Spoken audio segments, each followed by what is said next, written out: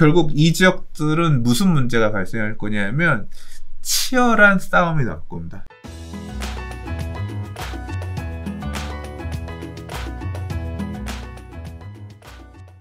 자, 두 번째 이야기로 가보도록 하겠습니다. 공공재개발 관련된 얘기가 나왔는데요. 사실 공공재개발만 나온 게 아니라 총 5가지 이야기가 포인트로 나왔습니다. 자, 13차 부동산 시장 점검 관계장관회의가 주제가 되었는데요. 거기서 홍남기 부총리께서 서울 공공재개발 4,700가구 공급을 시작하겠다. 사전 청약을 7월부터 진행하겠다라는 내용이 발표가 됐습니다. 자, 여러 가지 얘기들이 있었는데요. 이런 얘기예요. 공공재개발로 이번에 시범사업지역으로 선정된 구역에 대한 이야기입니다.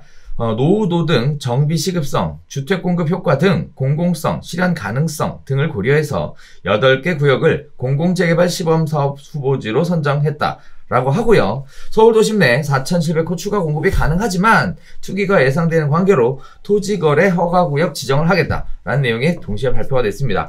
자, 이번에 선정되지 않은 4개 구역이 또 있다고 하는데요. 차기 선정위원회에서 다시 검토할 것이라고 하고요. 또 이번에 선정 후보지에 올랐던 12개 지역은 전부 다 정비사업 구역으로 지정되었었던 지역을 의미를 합니다. 자, 거기에 따라서 흑석 2구역, 양평 13구역, 용두 1-6구역, 봉천 13구역, 신설 1구역, 양평 14구역, 신문로 2-12구역, 강북 5구역 등이 지금 시범사업지로 선정이 됐는데요. 자, 비정비구역의 위치에서 이번 심의에 포함되지 않은 56개 구역이 또 있다고 해요. 그 부분에 대해서는 올해 3월 중에 선정 결과를 발표할 예상이라고 합니다. 자, 이렇게 되면 또 새로운 구역 지정이 되는 거 아닌가 라는 얘기도 지금 예상이 되고 있고요. 공공재건축에 대한 이야기도 나왔습니다. 공공재건축은요, 사전 컨설팅을 신청해온 15개 단지 중 7개 단지를 대상으로 사전 컨설팅 결과를 오늘 회신할 예정이다 라고 얘기했으니까 회신이 됐겠죠. 자, 공공재건축의 공공성과 규제 완화 등 인센티브가 양립 균형되는 방안에 대해 많은 고민을 해왔고 그 결과 컨설팅안에 담았다라고 합니다. 저 규제 완화 방안도 반영했다고 하고요. 뭐 여러 가지 얘기들이 나오고 있는 상황이고요. 공공재건축 사전 컨설팅을 신청하지 못한 단지들의 수요가 있어서 올해 2월부터 사전 컨설팅 신청을 받을 예정이다 라고 또 이야기하고 있습니다. 자, 일단 이 얘기 먼저 잠깐 진행해보면 공공재개발 관련된 계속 얘기가 있어왔고 공공재건축 관련돼서는 신청한 데가 없다, 뭐 수익성이 없다 이런 얘기들이 있어왔는데 의외의 이야기가 또 나오고 있는데 이 부분은 어떻게 보셨습니까? 일단 공공재개발을 놓고 보면 기존에 이게 약간 이제까지 작년 9월 21일 날 공모를 하면서 이제 그 이후부터 자치구에서 접수를 받았고 자치구가 접수 받은 내용을 서울시에 올려가지고 심의를 해서 이번에 정했는데 약간 요번에 그래서 뭐 여기가 유망하다, 좋을 거다, 가능성 있다, 뭐 이러면서 이제까지 언론에서 많이 얘기했던 곳들이 다 빠졌어요. 그래서 그 빠진 이유를 살펴보니까 이번에 발표한 곳은 12곳을 심사를 했는데 총 그러니까 14곳이 신청이 들어왔어요. 이 14곳의 기준은 뭐냐면 이미 정비구역 지정을 받은 곳. 정비구역 지정을 받았다는 얘기는 서울시장이 정비계획을 수립해서 구역 지정에 인가를 냈던 지역들이에요. 구역 지정 고시를 했던 지역들이에요. 그래서 그 지역들이 14곳 있었는데 한 곳은 도시 재생 뭐 한다고 그러면서 빠졌고 한 곳은 자체적으로 안 하겠다라고 빠져서 그러니까 이 공공재개발 안 하게 빠진 거지. 12곳을 심사를 한 거고 이 중에 뭐 구별 안배도 있고 공급 물량을 많이 늘릴 수 있는 입지도 고려를 했고 그리고 주택 노후도가 심해서 뭐 이런 곳들 그 재개발할 수 있는지 그런 여부들까지 따져가지고 8곳을 선정했는데 4곳은 아예 탈락이 아니라 보류래요. 그렇죠. 네, 그래서 다시 고민해서 다시 선정할 수도 있다. 그 얘기는 뭐냐면 이번 공공재개발이 끝이 아니라 앞으로도 더 선정할 수 있다. 그렇죠. 그런 뉘앙스가 남아있다라고 일단 보여져요. 그래서 요번에 일단 선정된 곳 8곳의 면면을 보면 첫째, 다 역세권이에요. 역에서 300m 이내에 모든 사업지들이 다 들어있습니다. 그 역에서 300m 이내라고 하는 거는 지금 이제까지 막 벌써 몇 년 전부터 서울시가 계속 얘기해오던 역세권 고밀개발하고 맞닿아 있습니다. 중상향 허들을 낮춰가지고 용적률을 많이 높이겠다. 높여주는 대신에 늘어나는 세대수의 뭐 일정 부분은 임대아파트로 환수하겠다. 이제 이런 방향이 있었잖아요. 그거하고 맞물려서 일단 그렇게 늘릴 수 있는 지역을 선택을 했고 두 번째는 보면 사업 규모가 너무 작아요. 다 자라. 이 사업 부지 중에 제일 크다고 하는 곳이 흑석 2구역이고 한 45,000제곱미터 정도 되는데 이게 정비사업으로 45,000제곱미터 큰 구역은 아니거든요. 근데 이게 제일 큰 거고 그거보다 다음으로 큰 데들이 요거의 절반도 안 됩니다. 22,000 정도니까. 그러니까 다 잘 자란 데들이야. 잘 자란 데들에다 했어요. 그러니까 공급 물량이 그래서 엄청나게 폭발적으로 늘어나는 것도 아니야. 그런 데들을 요번에 선정을 했더라고요. 그래서 이게 막 엄청나게 물량이 늘어나고 그런 의미로 보기에는 일단 첫 번째는 그런 물량은 이제 3월 달에 추가적으로 발표하겠다라고 하는 56곳이 신청을 했는데 요건이 안 돼서 탈락한 데들이 있대. 빼고 한 47개 놓고 선정한다고 하는데 그 지역들에 좀 물량이 더 가능성이 있을 것 같다는 생각이 들었어요. 근데 이제 약간 우려되는 부분이 있습니다. 우려되는 부분이 뭐냐면 이번에 선정된 8곳 후보지로 선정된 8곳의 면면이 보면 과연 사업 추진이 정상적으로 잘 가능할 것인가 약간 의문이 들어요. 왜죠? 왜냐하면 위치들이 너무 좋은 곳들이야. 다시 말해서 공공재개발이라고 하는 걸 작년에 5월 달에 발표를 할 때 무슨 소리를 했냐면 사업성이 안 좋아서 사업이 못 가는 곳들을 규제를 풀어서 사업성을 높여서 재개발을 가게끔 하겠다. 이 물꼬를 터주겠다. 뭐 이런 뉘앙스로 얘기를 했거든요. 근데 여기 사업성이 없는 곳이 아니야. 다 역세권 주변에 규모가 작다고 해서 사업성이 없는 거 아니죠. 어차피 이런 지역들은 지주도 몇 명 없어요. 지주가 몇 명 없어서 재개발하면 이 소유자가 뭐 아파트 하나 받고 상가 몇 개 받고 막 이런 사업장들이야. 그럼에도 불구하고 안 하겠다는 얘기야. 무슨 소리냐. 다 위치가 너무 좋아서 상가 건물주들, 소위 말하는 꼬마 빌딩, 건물주들 이런 분들이 야 왜 재개발해서 이상한 거 받냐. 그냥 나는 이 건물 갖고 있을래. 이 알짜 땅에 그냥 건물로 소유하고 있을래. 이런 지주들이 많은 지역들이에요. 대부분. 그러니까 뭐냐면 사업성이 안 좋아서 사업이 안 됐던 게 아니라 추진 주체 간 갈등, 그러니까 소유자 간 갈등이 심한 곳이죠. 그러니까 우리는 재개발 안 할래라고 했던 곳이 많았던 거란 말이에요.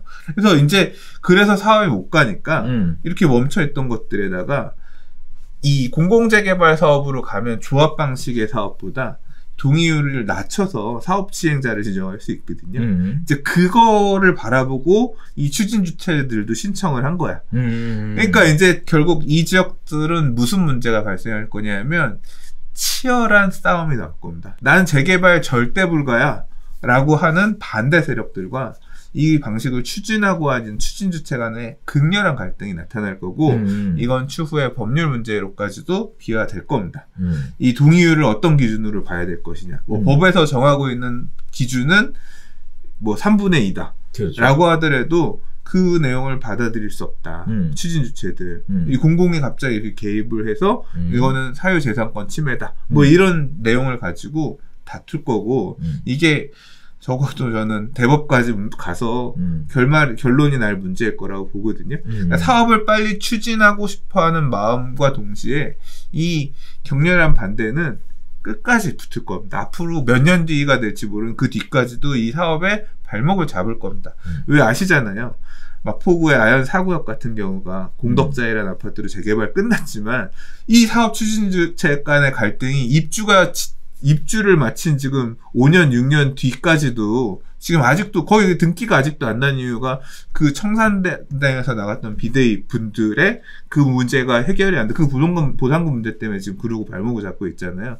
그런 것처럼 이 사업이 가는 것도 되게 머리가 아플 거고 당장 뭐 들리는 얘기는 일부 구역들 같은 경우는 이렇게 바꾼다고 하더라도 아마 동의율 여전히 추진 주체 50%도 못 채울 거다. 원하지 않을 거다. 실제로 보면 제가 건물 갖고 있는 사람 요번에 얘기 나온 지역의 지주라고 하더라도 야 미쳤어 왜 재개발을 하냐 여기는 건물 갖고 있어야지 라고 생각되는 그런 지역들이 있어요. 제 부동산 스터디 카페 한 지역의 지주라고 하신 분이 그렇게 얘기를 하셨는데 지금 뭐 10몇 년 전부터 계속 해왔는데 동의율이 30-40%도 안 나온대요. 네, 그래서 안 되고 있었는데 그걸 추진해왔던 추진체들은 돈 쓴 게 있잖아. 그러니까 밀어 넣은 거야. 구청에서는 실적을 만들어야 되니까 지금 그렇잖아요. LH 지금 국토부에서 그렇지, LH에서도 그렇지. 하는 게 뭐냐면 이 몇 개 되지도 않는 200세대, 100몇세 10세대짜리로 결국 임대 아파트 주겠다는 얘기잖아. 임대를 많이 늘리겠다는 얘기잖아요. 이거 지금 공급 물량 이렇게 확대하겠습니다. 이런 어떤 보여주기를 하기 위해서 끄집어내가지고 막 이런 어떤 일종의 쇼일 수도 있잖아요. 그렇죠. 그러니까 그 목소리 이해관계가 맞아 떨어진 거죠. 구청에서 그럼 한번 넣어볼까요? 그래서 했는데 당장 그 안에 지주들은 왜 우리 동네 이걸 넣어가지고 재개발하겠다고 하느냐. 이제 이런 반목이 있는 지역이 있더라고요. 그래서 이게 뭐 다 일부는 될 거고요. 일부는 되겠지만 일부는 그런 반대로 조금 갈등이 심화되는 모양새가 될 것 같고. 그래서 요번에 지정한 것들은 뭐 보시다시피 몇 개 되지도 않고 물량이 얼마 안 되니까 그렇죠. 큰 의미 있는 게 아니라 실제로 본 게임은 3월달 해제되었던 곳들, 신규 추진하는 곳들이 어디가 되느냐가 핵심이고, 이제 3월달에 지정되는 곳 같은 경우는 뭐 권리산정 기준일의 문제라든가, 그러니까 지분 쪼개기를 막는 날, 이게 또 다 다르거든요. 그게 어떻게 적용될 거냐 등등 여러 가지 이슈들이 많이 있어서 그때는 아마 얘기할 내용들이 되게 많을 것 같고 구역들에 대해서도 좀 얘기할 게 있을 것 같고 그래요. 네.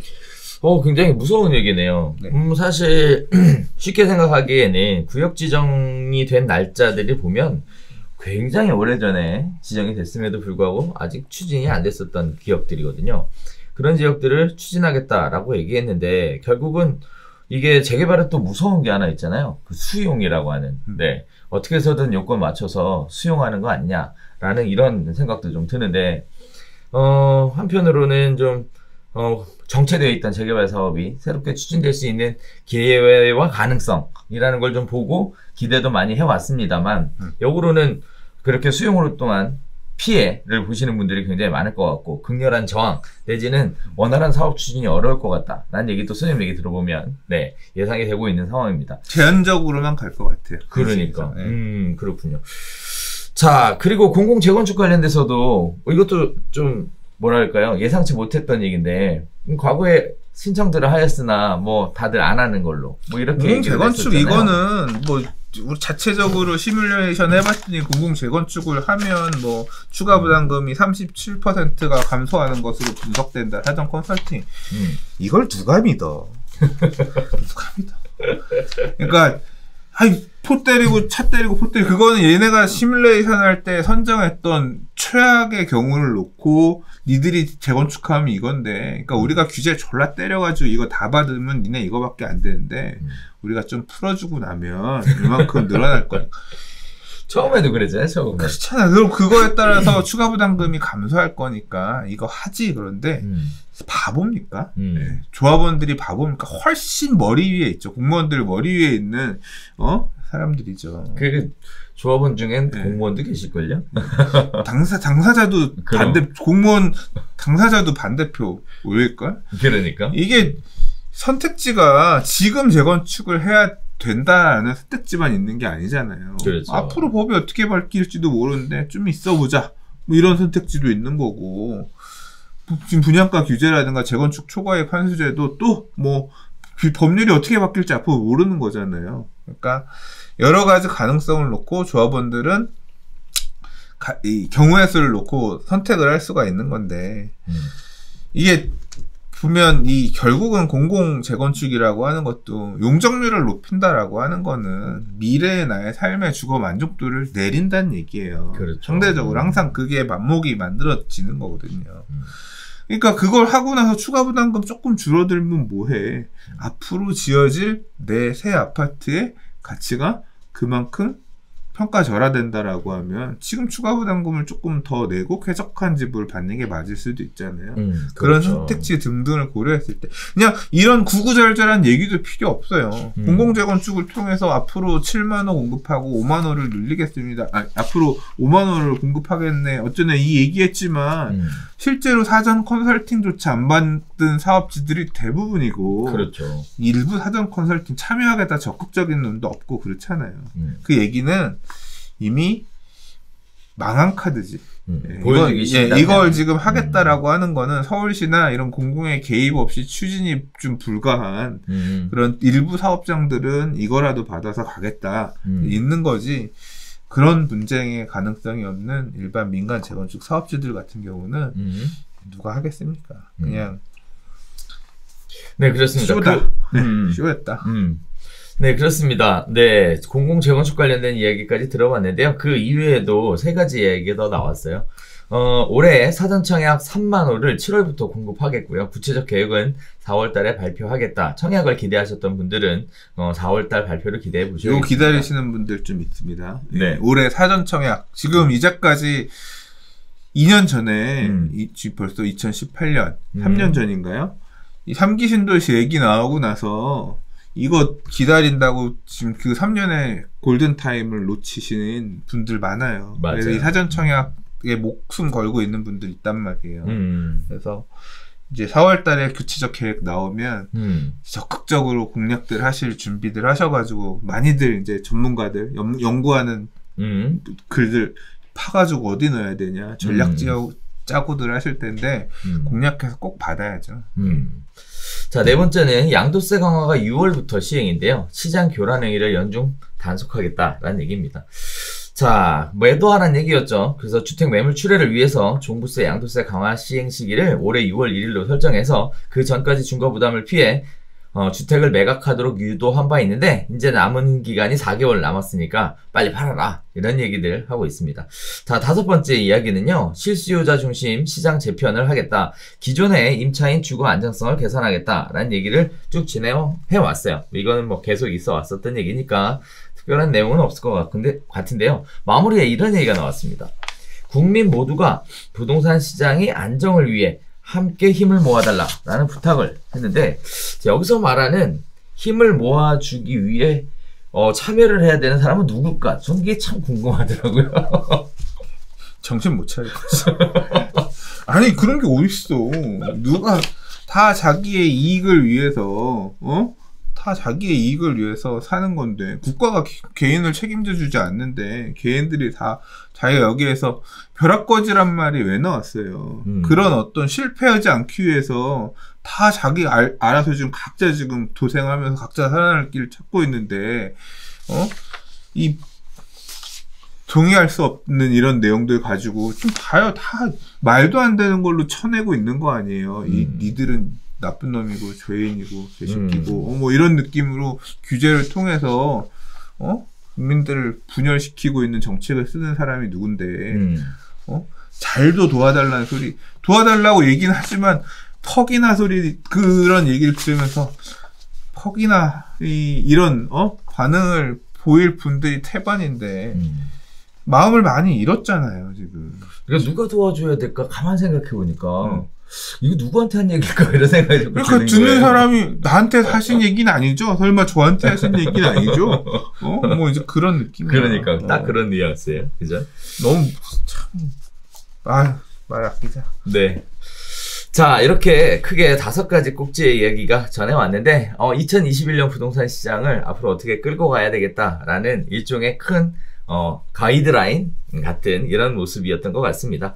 아무튼 진행되는 내용들을 이렇게 하겠다고 발표를 했지만 실제 이렇게 돼가는지는 저희 별별수사와 함께 계속 챙겨서 보시면 진짜 이게 말 그대로 양측의 소년인지 근데 딱 보니까 그래. 네. 이 느낌이 좀 말 보니까 얼척이 없네. 뺨 때리고 나서 날 좀 도와줘. 그런 거 아니에요. 너 딱 죽어? 날 좀 도와줘.